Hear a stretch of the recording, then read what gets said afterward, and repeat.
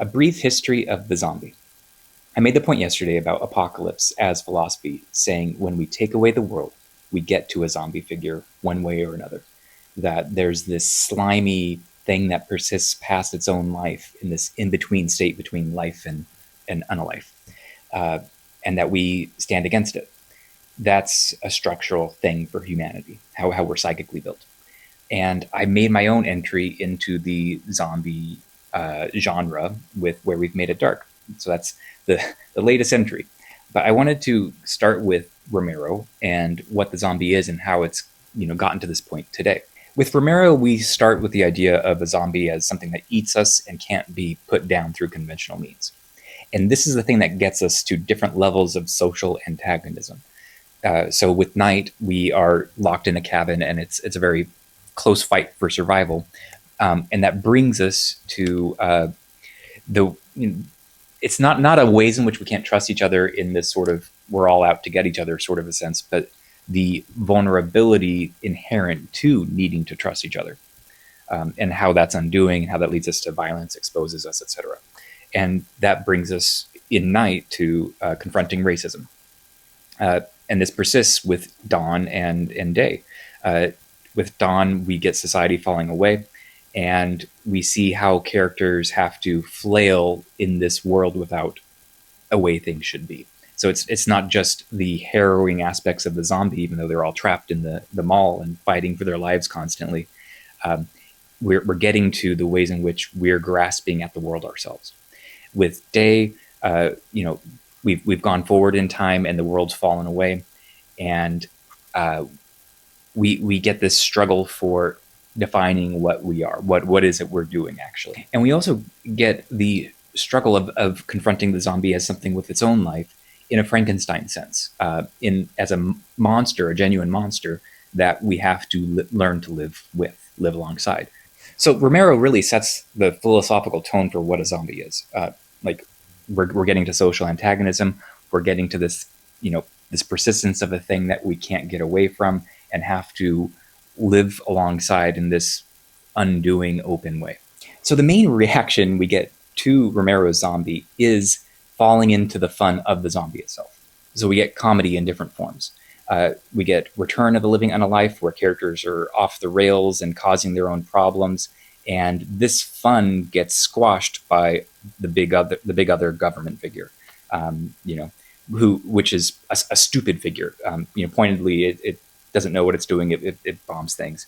So we're really getting like a cartoon kind of quality of fun. The persistence of the zombie mirrors or falls in with the persistence of a cartoon character that gets squashed and keeps on running. So Evil Dead really falls into this. Dead Alive is another personal favorite, very slapstick and gory, but in a great way.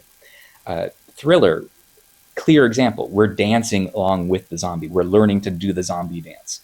So it's this acephalic, pure falling into enjoyment. That's the thing that we're persisting against with Romero and with the zombie in a serious film. We're refusing to fall into that enjoyment and what is left of us when we do that. And pointedly, this zombie enjoyment does stall in the 90s. We fall too far into the fun and it stops being so fun. It loses its punch.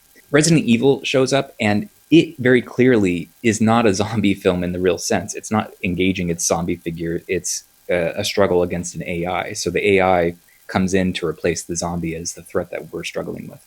28 Days Later is what makes the zombie serious again. And it does so by shirking back from making it a traditional zombie, and it makes it run, and it makes it a rage zombie, and it doesn't call them zombies, etc.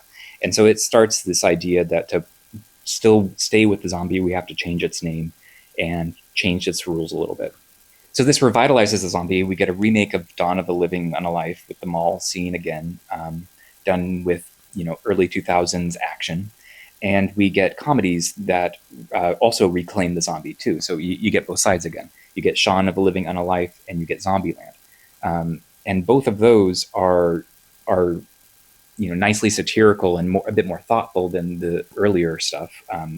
Not so campy anymore, because we've made this like circling around the zombie. So we now have more of an outside perspective. We're more self-aware. So So it's only after this cycle of zombie that is undoing and zombie that is a comedy we fall into back and forth that we actually break out of it and get to zombie as the foundation for a human drama with The Walking Dead in 2010. And this is, to be fair, based on the graphic novel, but the graphic novel is a bit more into the not outright campy, but the more grotesque violence of the earlier era. With The Walking Dead, the show, we are getting human drama, and it falls into melodrama. It has lots of ups and downs, but it gets to really focusing on who we are without world in relation to zombies, and persisting in it outside of the arc of something that's like a 2-hour movie. Like, we have to stay in this world. So, that's what The Walking Dead ultimately gets us. And this is what allows us to get into more intricate storylines with The Last of Us and Telltale's Walking Dead game. The Last of Us changes the zombie and makes it a fungal zombie because it's trying to be more realistic and not just a virus that magically makes the zombie happen. And that realism leads to a very intense antagonism between a father-daughter relationship. That's the simple answer. So that's the huge thing that we're focusing on. We're instead of a social drama, we're getting to really drilling down into the family relationship. That's what the zombie brings us to. And the same thing happens with the Walking Dead video game. It's just with a younger child figure in this relation. And then in both cases, we're shifting over from the parent's position into the child's. We're getting to who we are without world, and persisting in that radically by just keeping going as the world keeps falling away and falling away. And we're understanding who we are. That's the spirit in which Where We've Made It Dark continues and brings things forward. But you can't do it without the zombie figure. The zombie figure is the vehicle that gets us to these questions. And it persists even if the zombie isn't the thing that's on the page or the screen, which is why you need these violent encounters, but ultimately it's no longer a spectacle. It's no longer this thing to be enjoyed. The enjoyment is refused. And the enjoyment we get instead is a much more quiet, restrained enjoyment of persisting in the world without, society. There are other revitalizing attempts to make the zombie into a spectacle again.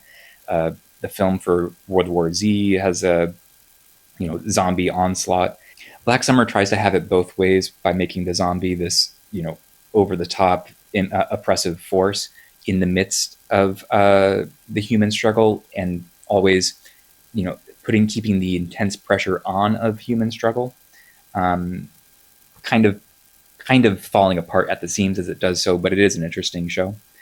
You have Train to Busan, which is more zombie horde spectacle, and all of this spectacle is more on the undoing side. It's more of the, oh my goodness, this is a force that would destroy society. That's the thing they're trying to show.